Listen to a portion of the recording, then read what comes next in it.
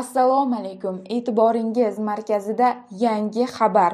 Agar kanalimizda yangi bo'lsangiz, obuna bo'lishni va like bosishni unutmang.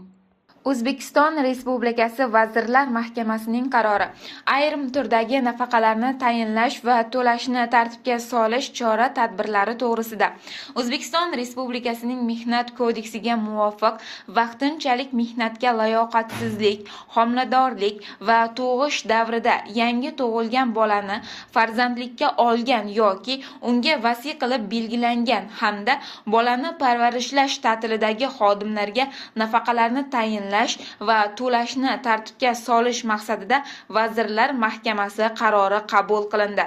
O'zbekiston Respublikasi Mehnat kodeksining 281-moddasida ish beruvchi qonunchilikda belgilangan tartibda o'rtacha ish haqqi yoki uning bir qismi miqdorida vaqtinchalik mehnatga layoqatsizlik bo'yicha nafaqa to'lashi 404-406-moddalarda homiladorlik va tug'ish nafaqasini bolasi 2 yoshga to'lguniga qadar bolani parvarishlash ta'tili davri uchun hamda yangi tug'ilgan bolani farzandlikka olgan yoki unga vasiy qilib belgilangan xodimga bola 2 yoshga to'lguniga qadar bolani parvarishlash ta'tili davri uchun nafaqa tayinlash va to'lash tartibi Vazirlar Mahkamasi tomonidan belgilanishi nazarda tutilganligi haqida ma'lumot qabul qilinsin.